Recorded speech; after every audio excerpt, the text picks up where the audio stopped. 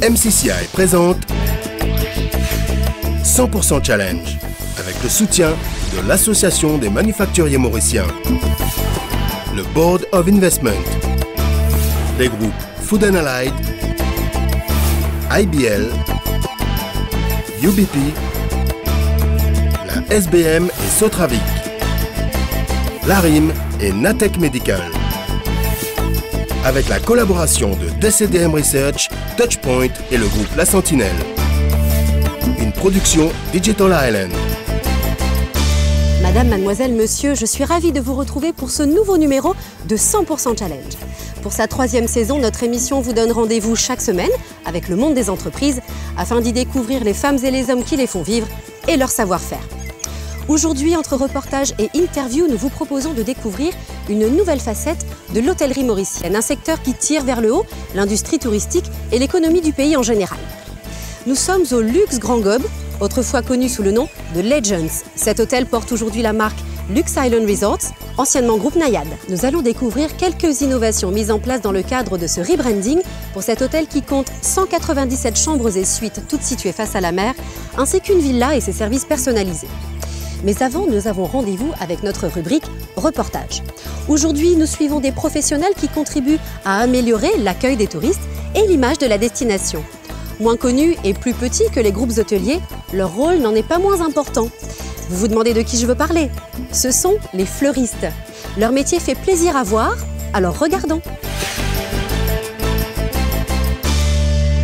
Pilier de l'économie nationale, le tourisme favorise depuis une quarantaine d'années le développement de groupes hôteliers, d'agences réceptives et autres tours opérateurs. De nombreuses entreprises de plus petite taille s'épanouissent dans le sillage de ces locomotives. C'est le cas notamment de certains fleuristes. Notre marché, c'est plutôt les hôtels et on s'occupe plus de l'événementiel. On commence à travailler 2 fois par semaine dans un hôtel, régulièrement. On arrive à fleurir l'hôtel 1 fois par semaine et arrivé 4 jours, on sait que les fleurs vont être fanées à cause de la chaleur. Et il faut aussi rafraîchir les fleurs. Au 4e jour, on arrive à l'hôtel, on rafraîchit les fleurs après avoir fleuri. Et aussi, on fait beaucoup de mariages dans les hôtels. Les mariages, c'est très important pour nous. Et il y a des moments quand c'est en été, surtout en été. Les professionnels locaux du design floral contribuent notamment à la bonne réputation de Maurice en tant que destination idéale pour les voyages de noces. Des techniques précises sont mises en œuvre au quotidien pour satisfaire le rêve des honeymooners. Ça, c'est un orge, c'est pour un mariage, blanc et rouge. Le charme naturel des variétés tropicales est mis en valeur par le travail des fleuristes. La plupart du temps, ils apprennent le métier sur le tas. Et pourtant, c'est tout un art. Premièrement, il faut aimer les fleurs. Il faut aimer. Et aussi, il faut avoir d'imagination pour créer la longueur de fleurs. Parce que pour un vase à la hauteur, il faut savoir quelle hauteur. Avec le développement du secteur touristique, le métier attire quelques artistes venus d'autres horizons. Dans ma vie, je travaillais beaucoup dans des créations. Je commençais avec des bijoux, après avec la maroquinerie. Et travailler avec des fleurs, c'était toujours un rêve pour moi. Dans les hôtels, on utilise souvent des fleurs tropicales qui font plaisir aux touristes parce qu'ils ne sont pas souvent chez eux. Au service des touristes, la dimension artistique du métier est rendue possible par une gestion rigoureuse des relations avec les clients et avec les fournisseurs. D'abord, il faut être capable de s'adapter au quotidien. Il faut reconnaître que nous sommes à la disposition. Jour férié ou 1er janvier, on n'a vraiment pas de jour de fermeture. La concurrence internationale dans laquelle est engagée l'hôtellerie mauricienne a des conséquences sur le niveau de qualité requis pour les matières premières et les planteurs doivent s'adapter. On se bat avec les fournisseurs afin d'avoir de belles fleurs et des fleurs les plus fraîches possibles. On ne peut pas se permettre d'avoir 2 variétés de fleurs. Il nous faut avoir pour tous les goûts. Des fleurs, des anthuriums, des orchidées, des gerberas, des gypsophiles, des roses jaunes, des roses rouges, des roses blanches. Il faut avoir de tout. Il faut aussi compter avec les phénomènes de mode. Vous avez des modes, même dans la fleur, vous avez des modes. Et j'ai la chance de beaucoup voyager, donc je vais voir un peu à l'étranger ce qui se fait. Les styles ont complètement changé, maintenant c'est zen, ce n'est plus ces bouquets triangulaires qu'il y avait autrefois, qui étaient comme des statuettes. C'est plus souple, c'est plus léger, quoi. C'est plus, je dirais, plus agréable. La gestion des approvisionnements ne laisse rien au hasard. Il y a eu un gros effort de fait. Nous avons des roses, de belles roses maintenant. Nous avons de beaux anthuriums, de belles variétés. La variété hollandaise, par exemple, qui a un choix, un éventail fantastique. Si les planteurs arrivent à adapter leur production aux exigences du marché, pour les services, les compétences ne sont pas toujours au rendez-vous. Les bons fleuristes sont rares. Les parents, c'est pas un truc important pour eux. Si leur enfant veut apprendre l'art floral, c'est pas un truc qui est privilégié. Ils vont toujours privilégier autre chose qu'un métier artistique. Pour demeurer compétitifs, les professionnels doivent donc investir dans la formation pour se perfectionner aussi bien au management qu'aux nouvelles techniques de composition florale. J'ai beaucoup voyagé avec mon travail. Je suis allé donner des cours au Congo, je suis allé travailler en Afrique du Sud. J'ai beaucoup voyagé à cause de mon travail. L'art floral, c'est un peu comme la mode, ça bouge tout le temps, ça évolue. Donc il faut toujours savoir ce qui se passe à l'extérieur et suivre les tendances. Et mon équipe aussi, de temps en temps, je fais quelqu'un de l'extérieur venir pour leur donner un cours des dernières techniques, ce qui se passe. On travaille avec des fleuristes sud-africains qui viennent quelquefois ici. S'il y a quelquefois, comme on est membre d'Interflora, il y a quelquefois des stages qu'on va suivre ou à la conférence pour savoir ce qui se passe ailleurs. Personnellement, je suis aussi enregistré au MQA. Je peux donner des cours, c'est un truc que j'ai envie de faire.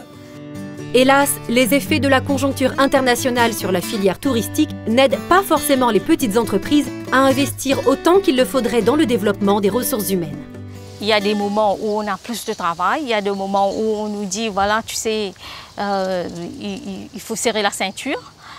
Alors, on contribue nous aussi, on essaye de travailler ensemble avec eux, on coupe quelque part, il n'y a pas de bouquet si on diminue les bouquets.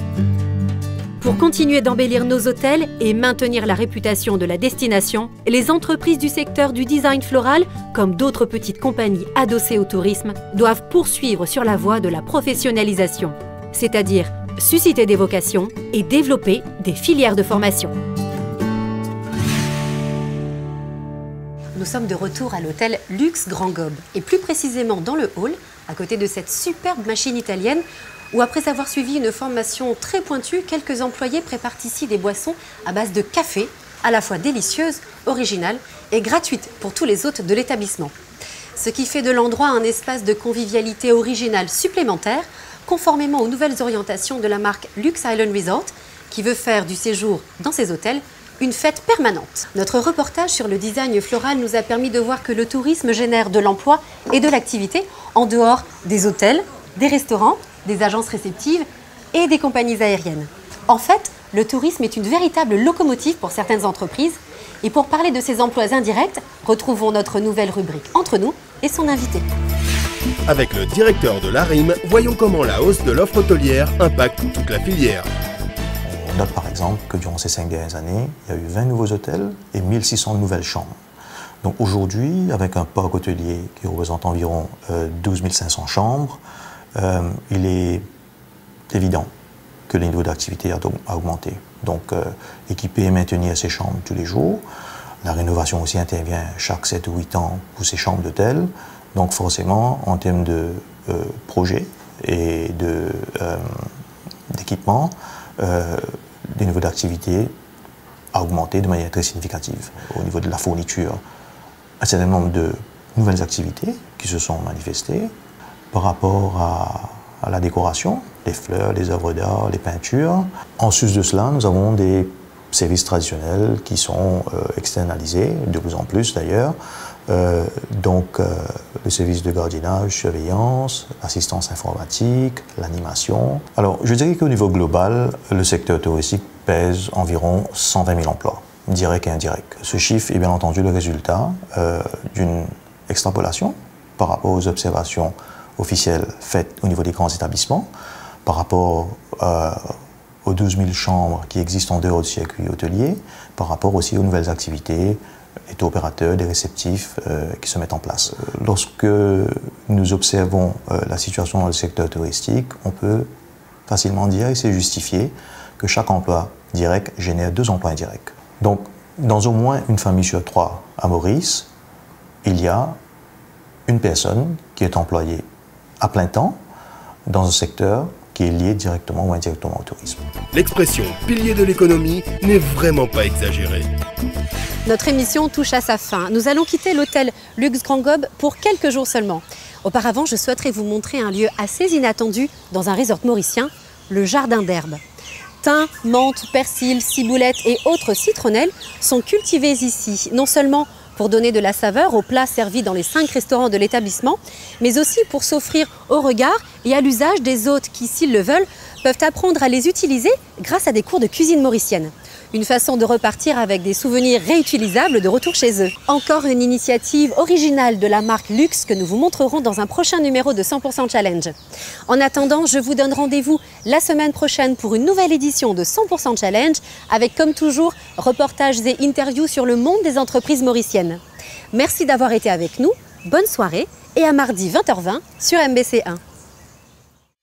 Retrouvez 100% Challenge, votre rendez-vous avec les entreprises mauriciennes, chaque mardi à 20h20 et chaque dimanche à 12h20 sur MBC1. Lors de notre prochaine émission, nous découvrirons pourquoi un groupe franco-américain a choisi de s'implanter à Maurice pour fabriquer des composants utilisés par Boeing, Airbus et d'autres géants mondiaux des industries aéronautiques et de défense. La MCCI vous a présenté 100% Challenge, avec le soutien de l'Association des manufacturiers mauriciens, le Board of Investment, les groupes Food & Allied, IBL, UBP, la SBM et Sotravic, l'ARIM et Natech Medical.